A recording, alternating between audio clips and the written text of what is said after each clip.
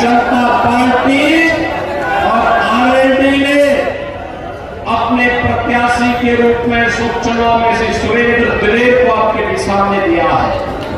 मेरे भाइयों, श्री सुरेंद्र दिलेर, इनके दादा स्वर्गीय श्री किशन लाल दिलेर यहां से कई बार सांसद,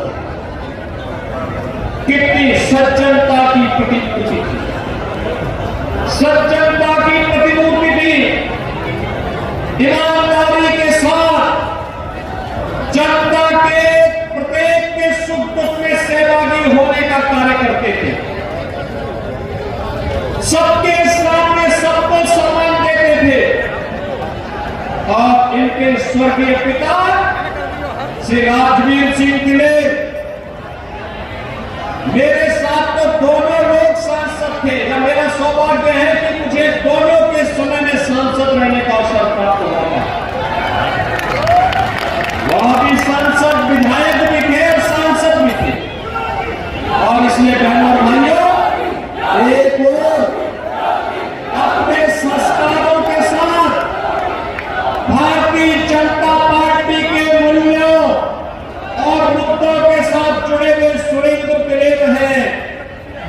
और दूसरी तरफ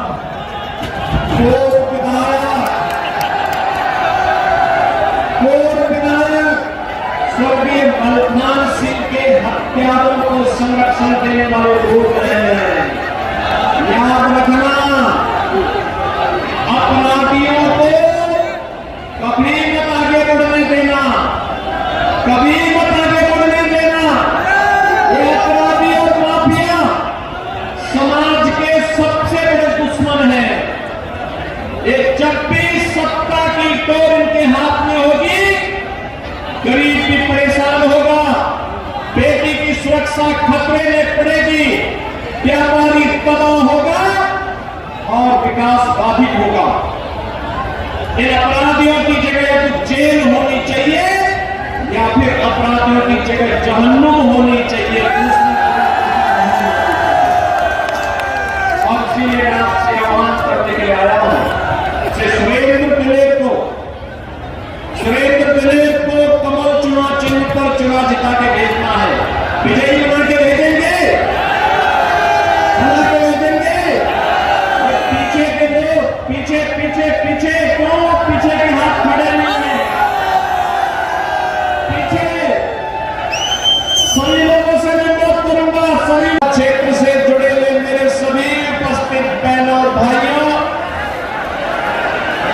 मैं सबसे पहले आप सबका मैं अभिनंदन करता हूं कि दोपहर 12 बजे से आप लोग यहां पर खड़े होकर के सुरेंद्र दिलेर को अपना आशीर्वाद दे ही रहे हैं। लेकिन इतने उत्साह के साथ आपने मेरा इंतजार किया है।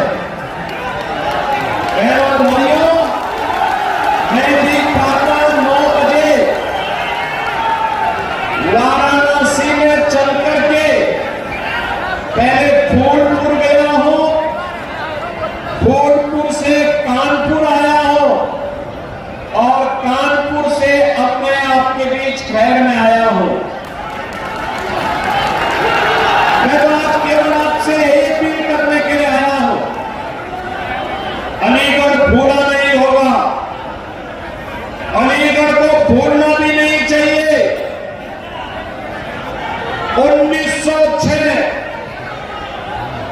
1906 यही अलीगढ़ है जब यहां पर भारत के विभाजन की नींव रखने वाली मुस्लिम लीग की स्थापना इसी अलीगढ़ में हुई थी। अलीगढ़ में उनकी चलने नहीं थी,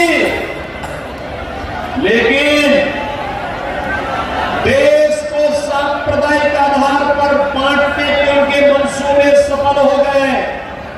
याद रखना, मुस्लिम लीग की स्थापना कराची में नहीं हुई, इस्लामाबाद में नहीं हुई, ढाका में नहीं हुई, उसकी स्थापना इसी अलीगढ़ में हुई थी। वे खतरनाक मंसूबे अभी भी समाप्त नहीं हुए और इसीलिए मैं आया हूं। उस समय जो काम समाज को बांटने का, उस समय जो विभाजन की खाई समाज को बांटने का मुस्लिम लीग कर रही थी, वही कार्य तो आज समाजवादी पार्टी आपके बीच में कर रही है। ये अयोध्या के लिए 500 वर्षों में इंतजार क्यों करना पड़ा? आज अयोध्या में भगवान राम का भव्य मंदिर का निर्माण हो गया, तब हो पाया है जब डबल इंजन की भाजपा की सरकार थी। डबल इंजन की भाजपा की सरकार थी तब अयोध्या में क्या अपमान झेलना पड़ा था, क्योंकि हम बटे थे। मथुरा में क्या अपमान झेलना पड़ा था, क्योंकि हम बटे थे। काशी में क्या अपमान झेलना पड़ा था, क्योंकि हम बटे थे। और बहनों भाइयों, 1947 में 10 लाख से अधिक हिंदुओं को क्यों कटना पड़ा था, क्योंकि हम बटे थे। और इसलिए मैं आपसे कहने के आया हूं, अब बटना नहीं है, बटेंगे तो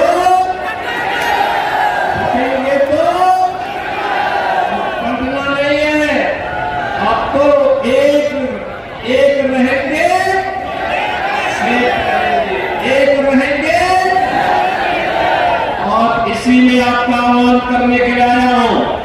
विकास और सुरक्षा हमारी गारंटी, विकास और सुरक्षा हमारी गारंटी, गरीब कल्याणकारी योजनाओं की हमारी गारंटी। लेकिन समाज को बांटने वाले तत्वों से सावधान रहते हुए विकसित भारत की परिकल्पना के लिए जो कार्य हो रहा है, राजा महेंद्र प्रताप सिंह जी के नाम पर अलीगढ़ में विश्वविद्यालय का निर्माण, या फिर पाकिस्तान की रूह कंपाने के लिए आपके अलीगढ़ में एक डिफेंस कॉरिडोर का निर्माण, ये सभी को है, ये सभी को आपने हो रहा है। यहां का नौजवान जब अब सीमा पर जाएगा, वह भी कहेगा कि ये तोप तो मेरे अलीगढ़ में बनी है। और अलीगढ़ की तोप जब सीमा पर थका पर एक साथ दुश्मन की तरफ अपनी मार करते हुए गरजेगी, तो पाकिस्तान की रूहें काम जाएंगी। एक्सप्रेसवे, फिल्म सिटी और ये क्षेत्र तो आप देखना कुछ ही दिनों के अंदर इस क्षेत्र का दाम, इसकी वैल्यू दिल्ली से ज्यादा होने वाली है। जेवर के इंटरनेशनल एयरपोर्ट को चालू होने दीजिए, फिल्म सिटी को बनने दीजिए, टॉय सिटी बनने दीजिए। सर्वाधिक लाभ तो आप ही को होना है। और इसीलिए मैं कहने के लिए आया, एक और विकास है, गरीब कल्याणकारी योजनाओं में हर गरीब के लिए मकान की सुविधा, हर गरीब के लिए राशन की सुविधा, हर गरीब के लिए 5 लाख रुपए की स्वास्थ्य का कवर, हर गरीब के लिए उज्ज्वला योजना हो या फिर विद्युत के कनेक्शन की व्यवस्था, ये भी सबको सरकार दे रही है। नौजवान के लिए रोजगार भी दे रही है। तो विकास भी है, गरीब कल्याण भी है और विरासत का सम्मान भी है। भाइयों, मैं पूछना चाहता हूं, कांग्रेस रही हो या समाजवादी पार्टी की सरकारें, ये विकास भी नहीं कर पा सकती थी, ये गरीबों का भी कल्याण नहीं की, उसमें भी भेदभाव करती थी, युवाओं को नौकरी देने में भी डकैती डालती थी, गरीब के हक पर भी स्वयं डकैती इनके लोग डालते थे। और सुरक्षित नहीं थी, व्यापारी भी सुरक्षित नहीं था। मैं तो केवल आपसे एक ही करने के जा रहा हूं, ये न गरीबों का कल्याण कर सकते हैं, न विकास का कार्य ला सकते हैं, और नहीं विरासत का सम्मान ही कर सकते हैं।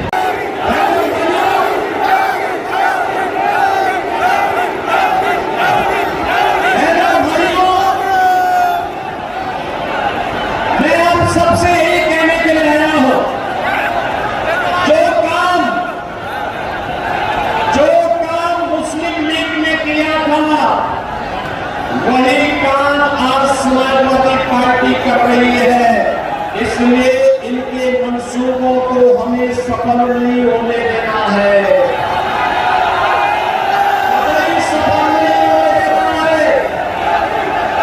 याद करिए, 2017 के पहले के उत्तर प्रदेश में यहां खड़ा होता था, कर्फ्यू लगते थे, विकास के कार्य ठप पड़े हुए थे, बेटी और बहन की सुरक्षा खतरे में थी, नौजवान के रोजगार पर डकैती डालते थे, गरीब के हक पर ये लोग उसको छीनने का कार्य करते थे। 2014 में श्री नरेंद्र मोदी जी का यशस्वी नेतृत्व देश को प्राप्त होता है। मोदी जी के नेतृत्व में आज जो नया भारत हम देख रहे हैं, यह भारत बिना भेदभाव के शासन की योजना का लाभ हर गांव को, हर गरीब को, हर किसान को उपलब्ध कराने का कार्य करता है, बिना भेदभाव के उपलब्ध कराता है। आज देश की सीमाएं सुरक्षित है, देश के अंदर आतंकवाद समाप्त हुआ है, नक्सलवाद अंतिम सांस गिन रहा है। मिशन रोजगार के अंतर्गत हमारे नौजवानों को सरकारी नौकरी मिल रही है, तो हमारा आज का नौजवान अपना स्टार्टअप स्थापित करके रोजगार का सृजन भी कर रहा है। भाइयों, ये नया भारत है, highway, railway, rapid rail, airport, ये तो बना ही रहा है। साथ साथ हर घर नल की योजना से लेकर के सेंट्रल और स्टेट यूनिवर्सिटी के निर्माण से लेकर